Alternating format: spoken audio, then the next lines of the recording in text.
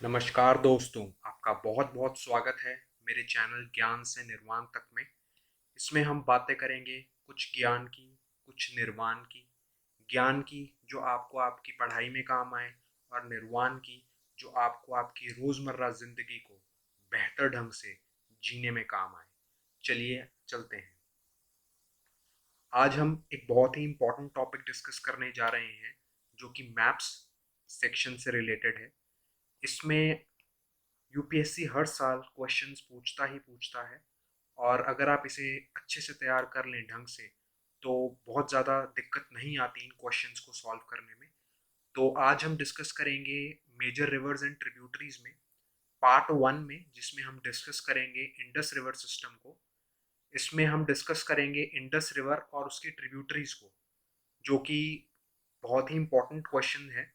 इस साल क्वेश्चन आया भी है, उसे हम डिस्कस करेंगे वीडियो के एंड में। तो चलिए शुरू करते हैं।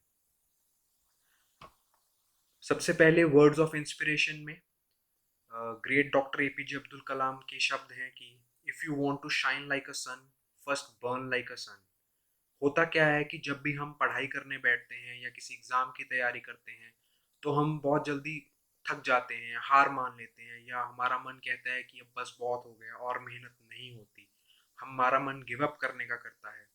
तो जब भी आपका ऐसा मन करे, तो इस कोट को याद कीजिएगा कि अगर आपको सूरज की तरह चमकना है, तो पहले आपको सूरज की तरह जलना भी होगा। अब हम शुरू करते हैं इंडस रिवर से। हम हर एक रिवर को will be discussing it under four heads mainly. पहला हेड हमारा रहेगा सोर्स या ओरिजिन का, रिवर की शुरुआत ओरिजिन कहाँ से होता है। सेकंड हेड हमारा रहेगा मेन ट्रिब्यूटरीज का, कौन सी मेन ट्रिब्यूटरीज हैं जो उस रिवर में आके मिलती हैं, जुड़ती हैं उससे। तीसरा हेड हमारा रहेगा कॉन्फ्लुएंस और माउथ का। इसका मतलब होता है कि ये रिवर आगे जाके अंत में किस चीज में मर्ज हो जाती है, या कहाँ पे इसका एंड हो रहा है इस रिवर का। किसी सी में मिल जाती है जाके, या फिर किसी और रिवर के साथ जाके मिल जाती है। वो हम थर्ड हेड में देखेंगे। फोर्थ हेड बहुत ही इंपॉर्टेंट हेड है इंपॉर्टेंट इन्फो का। इसमें हम कुछ रिवर के बारे में इंपॉर्टेंट पॉइंट्स डिस्कस करेंगे, कि जो कि बहुत ही आपको हैंडी हो सकता है यूपीएससी में, स्पेशली प्रीलिम्स में क्वेश्चन सॉल्व करने में। जब आप मल्टीपल चॉइस क्वेश्चन सॉल्व करते हैं, तो हो सकता है उसमें आपको यूपीएससी स्टेटमेंट्स दे दे और आइडेंटिफाई करने को कहे कि ये कौन सी रिवर है, आप आइडेंटिफाई कीजिए। क्या हो सकता है कि आपको कोई रिवर का नाम दे दे और उससे उसमें से पूछे कि इसमें से कौन सी स्टेटमेंट इस रिवर पे लागू होती है, या एप्लीकेबल होती है या नहीं। तो ये इंपॉर्टेंट इन्फॉर्मेशन वाला सेक्शन काफ़ी हैंडी रहेगा, तो प्लीज़ इस पे ज़रा ज़्यादा ध्यान दीजिएगा। तो शुरू करते हैं इंडस रिवर से। इंडस रिवर का सोर्स होता है बोकरचू ग्लेशियर में, जो कि मानसरोवर लेक तिब्बत में पड़ता है। यहाँ आप देखिए मैप में, मैंने इंडस रिवर को रेड कलर से मार्क किया है, ताकि आप आसानी से उसको देख सकें। यहाँ से इसका ओरिजिन हो रहा है, तो यहाँ पे हमारा है ये मानसरोवर लेक का एरिया है, जहाँ से इंडस रिवर ओरिजिनेट करता है। ठीक है। आपको मैं एक बात बता दूं यहाँ से, कि इस मानसरोवर लेक वाले एरिया से एक नहीं, टोटल चार रिवर्स मेजरली ओरिजिनेट होते हैं। तो आप अभी से थोड़ा याद रखिएगा, तो आपको आगे चल के काम आएगा। तो एक तो देखिए, इसमें से इंडस रिवर हो रहा है। दूसरा सतलुज रिवर भी मानसरोवर लेक से ही होता है ओरिजिनेट। और हमारा तीसरा रिवर है, एक घग्गर रिवर होता है हमारा, जो कि गंगा की ट्रिब्यूटरी है। वो भी यहीं से मानसरोवर लेक से ओरिजिनेट करता है। और जो हमारा ब्रह्मपुत्र रिवर है, वो भी मानसरोवर लेक से ही ओरिजिनेट करता है। तो हमें इन चीज़ों का ध्यान रखना है। तो इंडस रिवर का ओरिजिन है बोकरचू ग्लेशियर, जो कि मानसरोवर लेक तिब्बत में पाया जाता है। प्लीज ये बोकरचू ग्लेशियर इस वर्ड को भी नाम रखिएगा, क्योंकि 2019 में 2019 में यूपीएससी ग्लेशियर के नाम पे भी सवाल पूछ चुका है। Match the following type question था, उसमें रिवर और उसको उसके जो ग्लेशियर है उसके साथ मैच करना था। तो प्लीज ये भी इंपॉर्टेंट है, रिमेंबर रखिएगा कि बोकरचू ग्लेशियर है जो, वो है सोर्स इंडस रिवर का। अब इसकी ट्रिब्यूटरीज के बारे में बात कर लेते हैं। इसकी मेजर ट्रिब्यूटरीज इंडस रिवर की हैं जास्कर, श्योक, नुब्रा, हुंजा, गिलगिट, शिगर एंड पंचनाद। आप इस मैप में देखिए, इसमें आपको ट्रिब्यूटरीज कुछ दिख भी जाएंगी। जैसे कि ये जास्कर पड़ा है, ये जास्कर ट्रिब्यूटरी है, ये नुब्रा रिवर है, ये श्योक रिवर है, ये गिलगिट रिवर है, और पंचनाद। पंचनाद इस यहाँ पर है। पंचनाद कहा जाता है दोस्तों, पंचनाद का लिटरल मीनिंग है पंच मीन्स फाइव, आद मीन्स रिवर। तो basically combination of five rivers को पंचनाद कहा जाता है। तो कौन कौन से फाइव रिवर्स हैं यहाँ पे? सतलुज, ब्यास, रवि, चेनाब और झेलम। जब ये पांच रिवर्स मिलते हैं यहाँ पे तो उसको पंचनाद नाम दिया गया है। और ये पंचनाद को बोला जाता है कि वो ट्रिब्यूटरी है, क्योंकि वो आगे जाके इंडस में मिल रही है। तो Panchnad is also one of the tributaries of Indus. Third है इसका कॉन्फ्लुएंस। इंडस रिवर आप जैसे देख सकते हैं, इधर पाक इंडिया से होते हुए फिर पाकिस्तान में जाती है, और फिर पाकिस्तान से होते हुए अरेबियन सी में इसका अंत होता है। It ends in the Arabian Sea, सो इसका कॉन्फ्लुएंस आएगा अरेबियन सी पे। और इम्पोर्टेंट इन्फो इसके बारे में है कि Indus river it flows between the Ladakh and Zanskar ranges. Friends please see this map. in this is the Ladakh range and this is the Zaskar range, and in between here it is that the Indus river is flowing. So just to make it more clear that the Indus river is flowing between Ladakh and Zaskar ranges. In India, the Indus river flows only through the Leh district in the UT of Ladakh. जो हमारा ये वाला area है, यहाँ पे Leh district में लद्दाख के ये रिवर फ्लो करती है। और इस रिवर की क्या खासियत है? It forms a deep gorge near a place called Gilgit. So this is all about the Indus river. Next river पे चलते हैं। नेक्स्ट रिवर है हमारा झेलम रिवर। तो झेलम रिवर को भी वैसे ही हम फोर हेड्स में डिस्कस करेंगे। उसका फर्स्ट है सोर्स ओरिजिन। झेलम रिवर का सोर्स है Sheshnag lake in a place called Verinag at the foothill of the Pir Panjal range. तो यहाँ प्लीज फ्रेंड्स देखिए, ये है हमारी झेलम रिवर। ये यहाँ पे इसका ओरिजिन हो रहा है। और ये कौन सी जगह है? This is Verinag at the foot of Pir Panjal range. ठीक है। और इसकी मेजर ट्रिब्यूटरीज क्या है? किशन गंगा इसकी मेजर ट्रिब्यूटरी है झेलम रिवर की। कॉन्फ्लुएंस और माउथ क्या है? कॉन्फ्लुएंस झेलम रिवर का कहाँ पे होता है? जो चेनाब रिवर है, आप देखिए ये झेलम यहाँ से ओरिजिनेट हुई और यहाँ से चलते चलते चलते ये फिर इधर आके ऐसे फ्लो कर रही है और ये चिनाब में आके मिल रही है। तो इसका कॉन्फ्लुएंस कहाँ बनता है? चिनाब रिवर में। तो चिनाब रिवर में इसका कॉन्फ्लुएंस बनता है।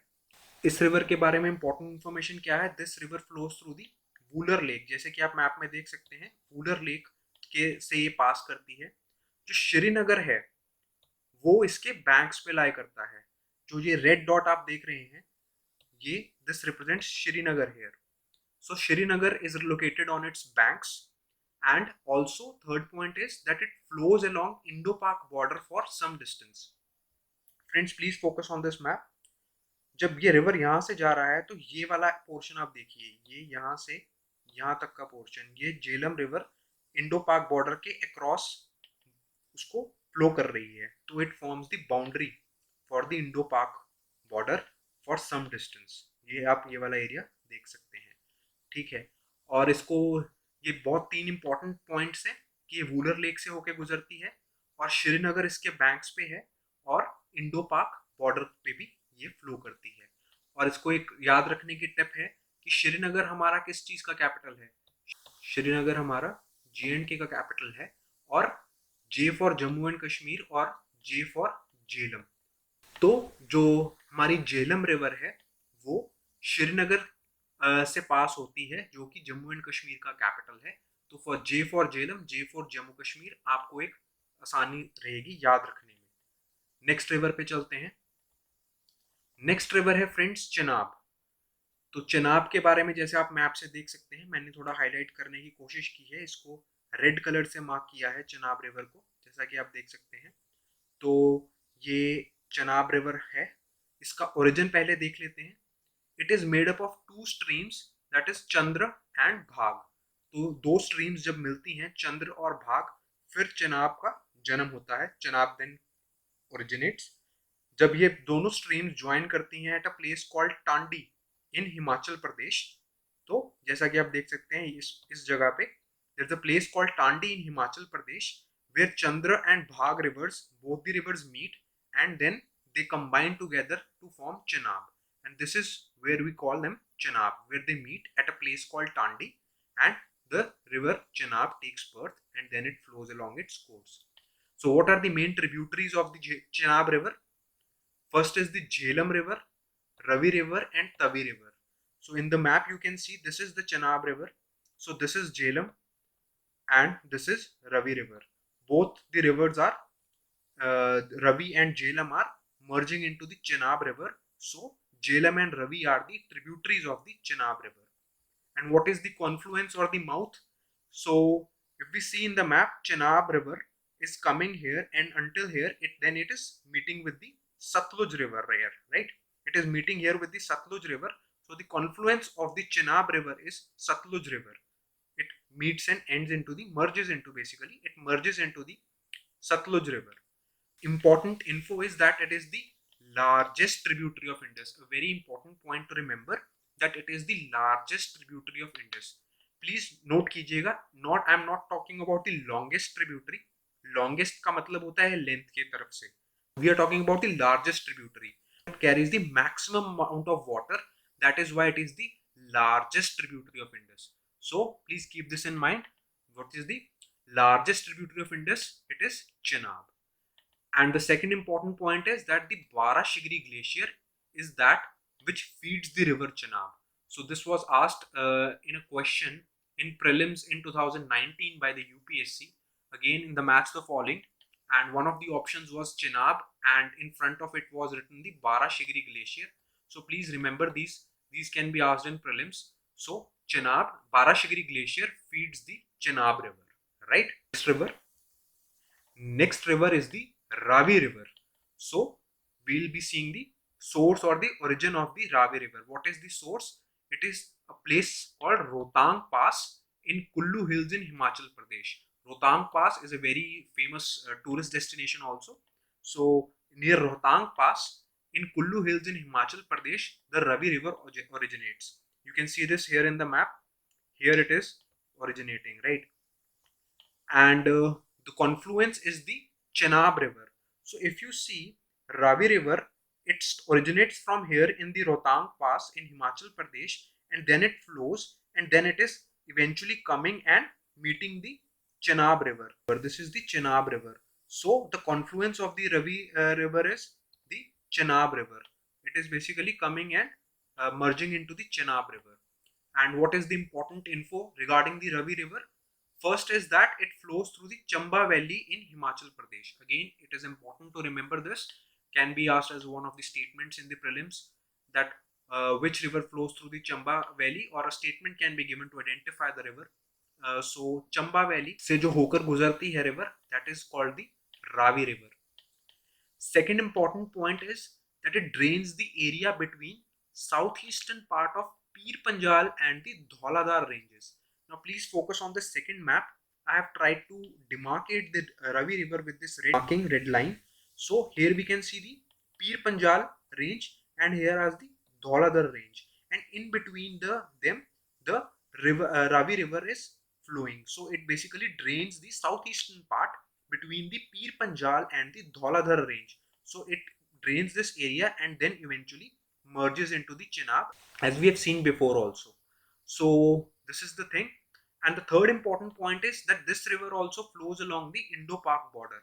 So if you, in this map, if you focus on this area, from here to here, the river is flowing along the Indo-Pak border. The Ravi river is flowing along the Indo-Pak border. So as we had seen earlier in the case of Jhelum river, that it forms the Indo-Pak border. Similarly, the Ravi river is also forming the Indo-Pak border. So these are the important points regarding the Ravi river. Now we'll move on to the next river. Next is the Byas river. Byas river का origin होता है ब्यास कुंड से, at a place called Byas Kund in the Pir Panjal range near Rohtang Pass. So this is the place where the origin of the Byas river is taking place, and then What are the main tributaries of the Byas river? The main tributaries of the Byas river are Parbati, Hurla, Spin, Malna, Stanj, Ul, and Fung. These are the main tributaries. And what is the confluence or the mouth of the Byas river? So please look at this map. Byas river originates from here and then it is merging into the Satluj river here, right? It is merging into the Satluj river. So Byas, confluence of the Byas river is Satluj, right? And what are the important information regarding the Byas river? That it meets the Satluj at Harike wetland in Punjab. This is an important thing to remember. The point where the Byas and Satluj merge, this is known as Harike. Harike wetland is formed here. It is also called as Harike Patan. Then second point is that the Indira Gandhi Canal is drawn out of the Harike barrage. So what is this Indira Gandhi Canal? So Indira Gandhi Canal was constructed basically to feed waters into the Rajasthan state basically, because we all know that Rajasthan is a dry state.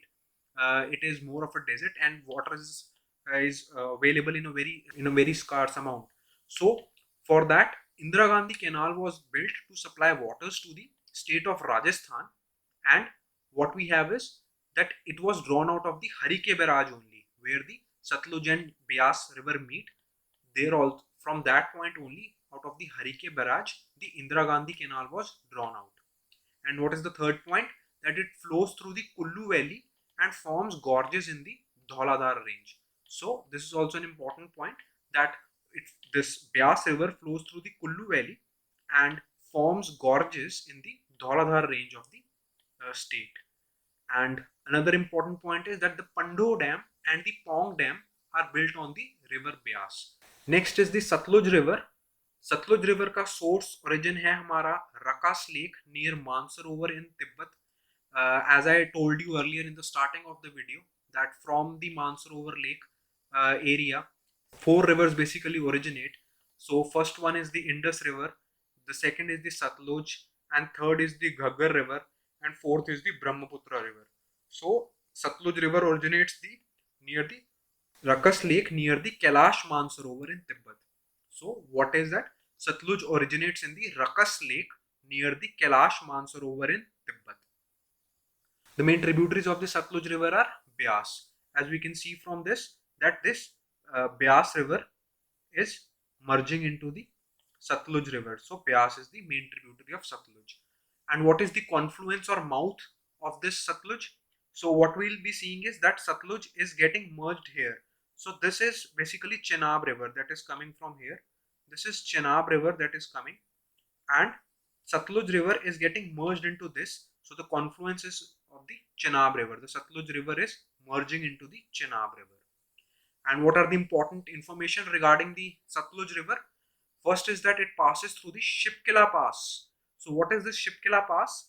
So Shipkila Pass is a place here on the map, if you would like to locate, on the boundary of the India-China border.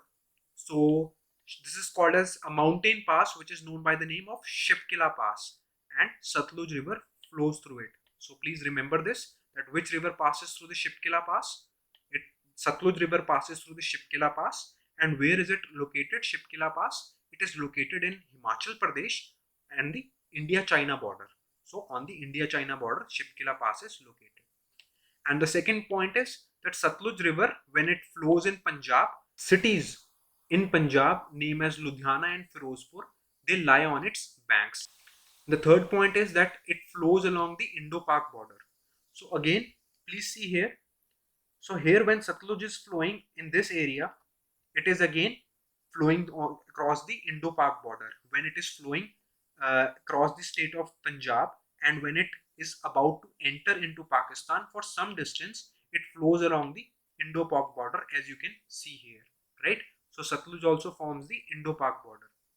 And the fourth point is that there is a Bhakra Dam which has been built on it, a very famous dam. Bhakra Dam has been built on the river Satluj.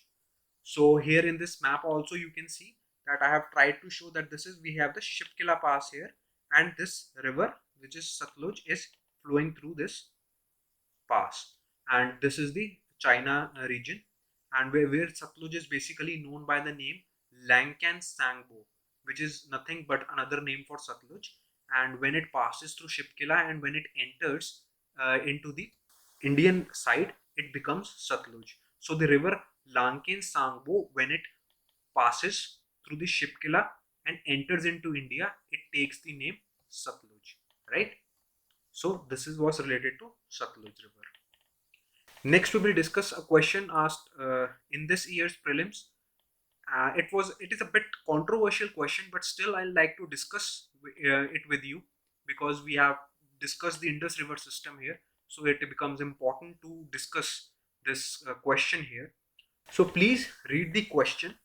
The question says, with reference to the Indus River system, of the following four rivers, three of them pour into one of them which joins the Indus direct.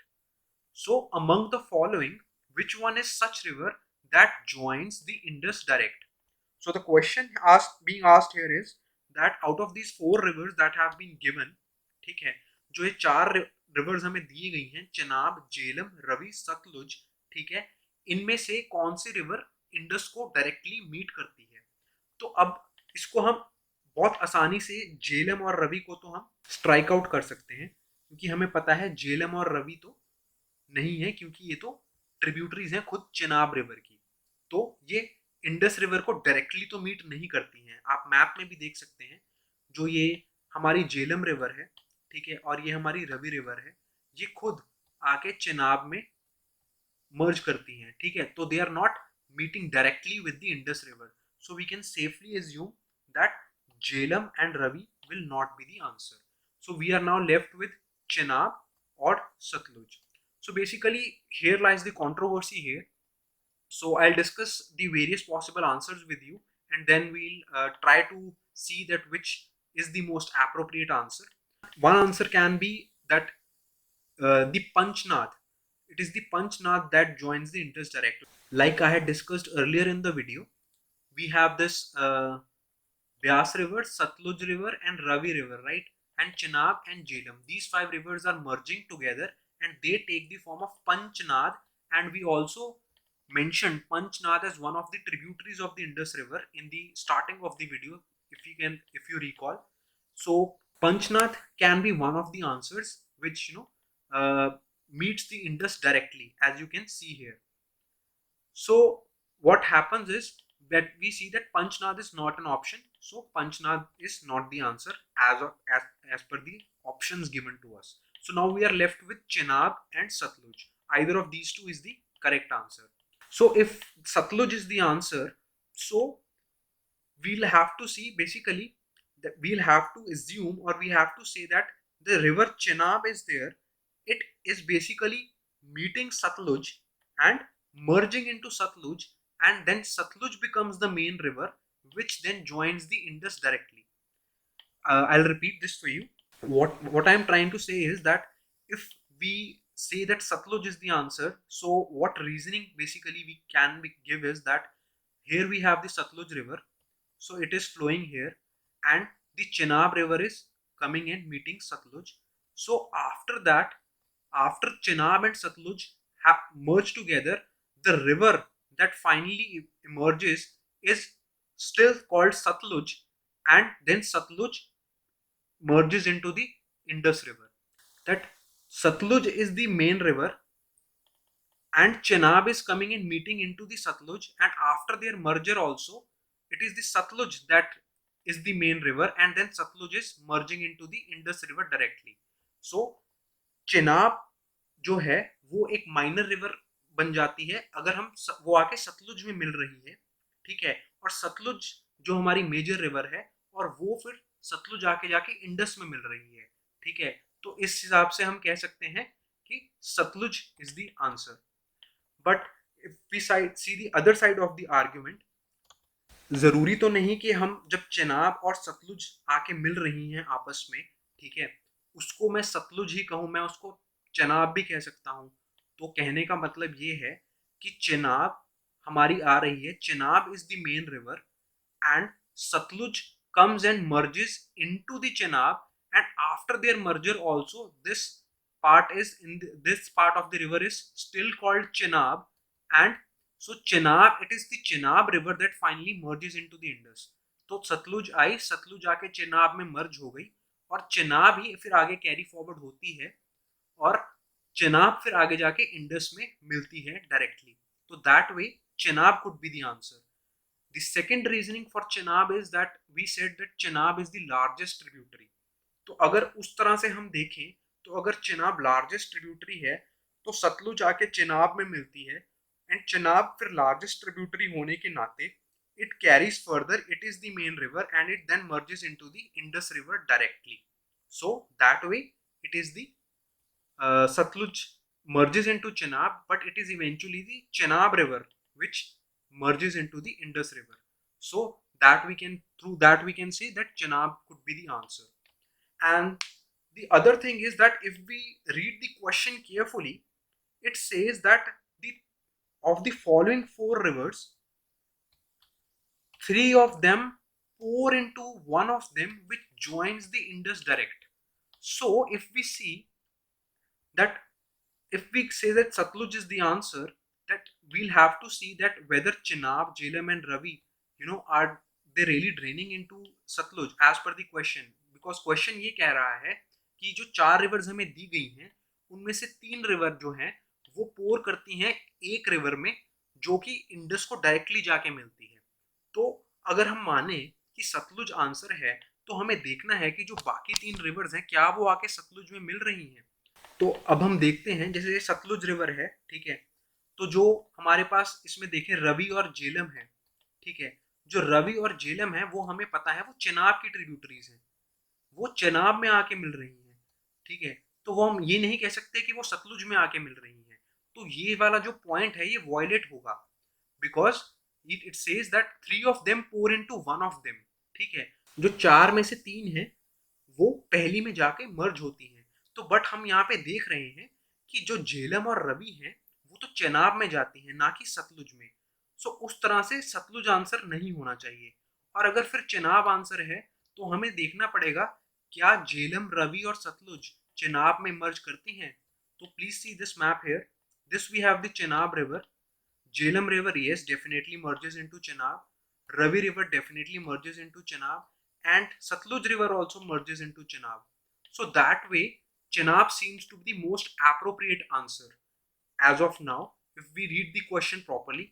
But again, it is a bit controversial. We'll have to wait for the official answer key provided by the UPSC. So it seems to be Chenab, but then it is a little bit of confusion is there between Chenab and Satluj. And one thing more I like to discuss is that one more argument in the favor of answer being Chenab is that if you look at the Google Maps, right? Look here. This is the Chenab River, and here we have the Satluj River, and here Satluj River is meeting with the Chenab River. That the merger is taking place, and afterwards, after the merger, the name of the river is still being called Chenab River. So here Chenab has been given the title of the major river, and Satluj is supposed to be getting merged into Chenab River. तो ये assume किया जा रहा है कि सतलुज आकर चेनाब में मिल जा रही है, और उसके बाद चेनाब रिवर ही है जो आगे कैरी फॉरवर्ड हो रही है, और यही चेनाब रिवर आगे जाके इंडस में मीट करती है। ये इंडस रिवर आ रही है, ये इंडस रिवर इधर जाएगी, ठीक है, और यही चेनाब रिवर आगे जाके इंडस में मीट करती है। तो यहाँ से एक और आर्ग्यूमेंट बनता है कि गूगल मैप्स को अगर हम देखें, तो यहाँ से भी आंसर लगता है कि चेनाब रिवर होना चाहिए, ठीक है। और अंत में कुछ टिप्स मैप के क्वेश्चंस को सॉल्व करने के लिए या मैप को याद रखने के लिए। तो मेरी आपसे ये गुजारिश रहेगी कि अपने रूम में जहाँ पर भी आप बैठ के पढ़ते हैं, वहाँ पे प्लीज़ वॉल मैप ज़रूर लगाइए। और मैं तो कहूँगा इंडिया के बोथ फिजिकल और पॉलिटिकल, और वर्ल्ड मैप के भी बोथ फिजिकल और पॉलिटिकल, चारों मैप्स अपने रूम में लगाइए और उनको डेली देखते रहिए। जब भी आप रूम से गुजरते हैं या कभी भी ब्रेक लेते हैं, कुछ भी है, तो उसमें नज़र घुमाते रहिए, कहाँ क्या है, कौन सी रिवर कहाँ से बह रही है, ठीक है, किसके साथ किसकी बॉर्डर कौन सी शेयर करता है, वैसे करके। तो प्लीज़ देखते रहिए, अपनी नज़रें घुमाते रहिए, ठीक है। और एक बहुत इंपॉर्टेंट बात है कि जब भी कोई रिवर, कोई प्लेस ऑफ इम्पोर्टेंस, कोई ये नेशनल पार्क या कोई वाइल्ड लाइफ सेंचुरी या कोई भी इंटरनेशनल प्लेस, जैसे कि अफगानिस्तान सीरिया में बहुत सारे इंटरनेशनल जो इनकी वो जगहें होती हैं, ये अक्सर न्यूज़ में रहती हैं। तो जब भी कभी आपको ये न्यूज़ में मिले, ठीक है, तो बहुत विजिलेंट रहें, ठीक है, क्योंकि क्वेश्चन यूपीएससी कभी भी इनमें से ही फ्रेम कर देता है जो चीज़ें न्यूज़ में रहती हैं, ठीक है। तो आपको बहुत सतर्क रहने की ज़रूरत है। जब भी आप न्यूज़ पढ़ें, आपको कोई भी रिवर का नाम बीच में आए, उसके रिगार्डिंग न्यूज़ हो, कोई भी प्लेस हो, ठीक है, इंडिया में या अब्रॉड में इंटरनेशनल प्लेस हो, अफगानिस्तान सीरिया जैसे मिडल ईस्ट अक्सर न्यूज़ में रहता है, या फिर कोई national park wild life sanctuary हो, ठीक है, तो प्लीज़ उसको लोकेट करें मैप पे और मार्क कर लें अपने मैप पे, ठीक है। और फिर थोड़ा सा उसके रिगार्डिंग रिसर्च करें आजकल, क्योंकि यूपीएससी क्वेश्चंस भी ऐसे थोड़ा पूछने लगा है कि कौन सी रिवर किस सिटी से पास होती है, या कौन सी रिवर किस नेशनल पार्क या वाइल्ड लाइफ सेंचुरी से पास होती है। तो आप थोड़ा सा अपने आप को सतर्क रहें। जब भी कोई ऐसे national park, wild life sanctuary या रिवर आए न्यूज़ में, तो प्लीज़ उसके बारे में थोड़ा रिसर्च कीजिए, गूगल पे जाइए, ठीक है, उसको मैप पे मार्क कर लीजिए, ठीक है, और उसको अपना एक अलग से मैप तैयार कर लीजिए और उसमें मार्क कर लीजिए ये रिवर यहाँ से ओरिजिनेट होती है और यहाँ से जाती है। तो जैसे कि आप कोई भी अपना एक फिजिकल मैप उठा सकते हैं या पॉलिटिकल मैप भी उठा सकते हैं, उससे आपको स्टेट बाउंड्रीज का भी पता रहता है। तो कोई भी रिवर है वो कहाँ से ओरिजिनेट हो रही है, किधर से पास हो रही है, कौन से नेशनल पार्क से पास हो रही है, और इवेंचुअली किधर उसका कॉन्फ्लुएंस हो रहा है, तो आप वो अपने एक मैप पे मार्क कर लें। तो आप ऐसे अपना एक लेबल्ड मैप तैयार कर सकते हैं। तो आप जैसे फॉर एग्जाम्पल एक मैप तैयार कर लीजिए नेशनल पार्क और वाइल्ड लाइफ सेंचुरीज पे, ठीक है। एक आप वर्ल्ड मैप तैयार कर सकते हैं, जैसे जो इंटरनेशनल प्लेसेस आपकी न्यूज़ में रहती हैं उसको रिगार्डिंग। तो ऐसे करके आपको चीज़ें याद रहने लगेंगी और आपको याद भी रहेगा कि ये कौन सी चीज़ कहाँ, कौन सी प्लेस कहाँ लोकेटेड है, ठीक है, और उसके आसपास का एरिया में क्या है। तो ऐसे आपको मैप के क्वेश्चंस करने में बहुत आसानी होगी। और दोस्तों, रिवीजन के अलावा कोई भी बेटर ऑप्शन नहीं है चीज़ें याद रखने का। जब भी आप मैप बनाएं अपने, उसको जो भी आप एक लेबल्ड मैप तैयार करेंगे अपना, ठीक है, उसको बार बार रिवाइज करते रहिए।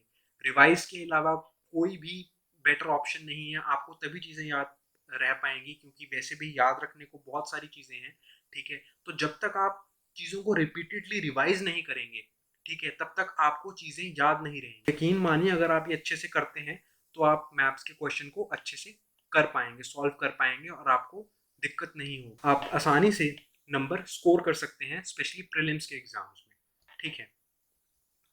तो दोस्तों, आज के लिए बस इतना ही। अगर आपको मेरा वीडियो अच्छा लगा हो, प्लीज़ लाइक कीजिए, कमेंट कीजिए, शेयर कीजिए, सब्सक्राइब कीजिए। आपको आपकी पढ़ाई में मदद करने के लिए मैं और भी वीडियोस जल्दी ही लाता रहूँगा। Please do like, comment, share and subscribe. करो हर मैदान फतेह, may victory be yours. Thank you friends.